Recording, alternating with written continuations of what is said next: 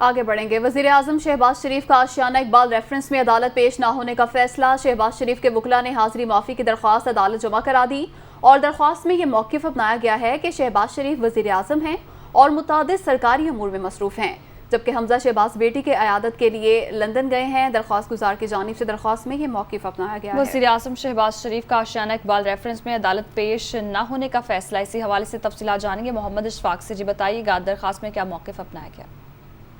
जी बिल्कुल, इस वक्त की ताज़ा तरीन अपडेट्स ये हैं कि लाहौर की एहतसाब अदालत में रमज़ान शुगर मिल और आशियाना इकबाल रेफरेंस से मुतल्लिक केस की समाअत हुई है। शहबाज शरीफ, वज़ीर आज़म और साबिक़ वज़ीर आला हमजा शहबाज की जानिब से हाजिरी माफ़ी की अलग अलग दरख्वास्तें दी गई हैं, जिसमें शहबाज शरीफ की दरख्वास्त में ये कहा गया है कि वो इस्लामाबाद में मसरूफियत के बायस पेश नहीं हो सकते, जबकि हमजा शहबाज बैरून मुल्क मौजूद हैं और इसी बुनियाद पर दोनों की जो हाजिरी माफ़ी की दरख्वास्तें हैं उनको मंजूर किया जाए।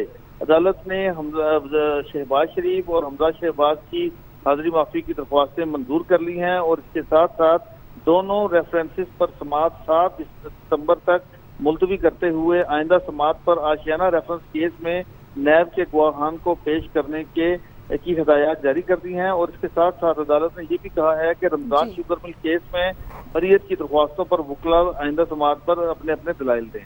बहुत शुक्रिया मोहम्मद इशफाक, आपने अपडेट किया।